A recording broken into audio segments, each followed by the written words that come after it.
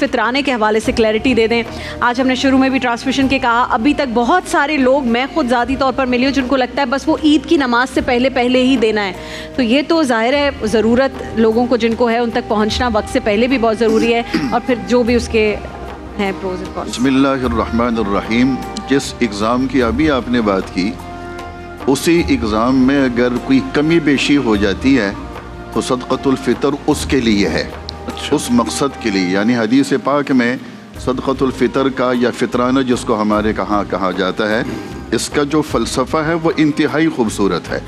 جناب نبی کریم صلی اللہ علیہ وسلم فرماتے ہیں کہ یہ آپ نے عید والے دن عید کی نماز ادا کرنے سے قبل اس سے پہلے ادا کرنا ہے. ٹھیک ہے. اچھا, اب یہ کیوں ادا کرنا ہے؟ تو حدیث پاک میں اس کے دو بہت بڑے فائدے ہیں. سب سے پہلا فائدہ یہ اللہ کے رسول صلی اللہ علیہ وسلم فرماتے ہیں کہ جتنے روزے رکھے اس میں کہیں اونچ نیچ ہو گئی, کوئی کمی بیشی ہو گئی, تو اللہ تعالیٰ صدقۃ الفطر کی برکت سے اس کمی بیشی کو معاف فرما دیتا ہے. یہ ایک بہت بڑا فائدہ. دوسرا بہت بڑا فائدہ اللہ کے رسول فرماتے ہیں کہ وہ غربا, وہ مستحقین جو عید کی خوشیوں میں پیسہ نہ ہونے کی وجہ سے شریک نہیں ہو پاتے ہیں, تو آپ ان کو صدقہ فطر دے دیتے ہیں تو آپ کے ساتھ عید کی خوشیوں میں وہ لوگ بھی شریک ہو جاتے ہیں. تو صدقۃ الفطر کا فلسفہ یہ. اب آپ دیکھیے کہ کتنا بڑا فائدہ ہے کہ رمضان کی کمی بیشیوں کو اللہ تعالیٰ اس معمولی سی رقم دے دینے سے اس کو معاف فرما دیتا ہے.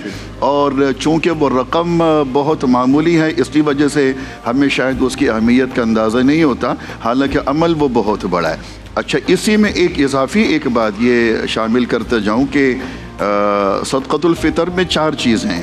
گندم ہے, جو ہے, کھجور ہے, کشمش ہے. حدیث پاک میں اس کی اجناس کی صورت میں بھی دیا جا سکتا ہے یا پھر رقم ہی دی جاتی ہے؟ بالکل. اس زمانے میں چونکہ اجناس ہی تھیں تو اجناس کی صورت میں لوگ دیتے تھے. ٹھیک ہے. بعد میں اس وقت آپ اجناس دینا چاہیں تو وہ بھی دے سکتے ہیں, آپ اگر اس کی مالیت دینا چاہیں تو مالیت بھی دے سکتے ہیں. اور ایک شخص کو ہی ایک شخص اپنا صدقہ فطر دے گا, یا اگر جیسے لیٹس سپوز ایک ایگزامپل کے 1000 ہے تو اس کو ڈیوائڈ کر دیں وہ 4 لوگوں میں, اس طرح بھی کر سکتے ہیں. اگر 1000 کو 500 2 افراد میں دینا چاہیں وہ بھی دے سکتے ہیں.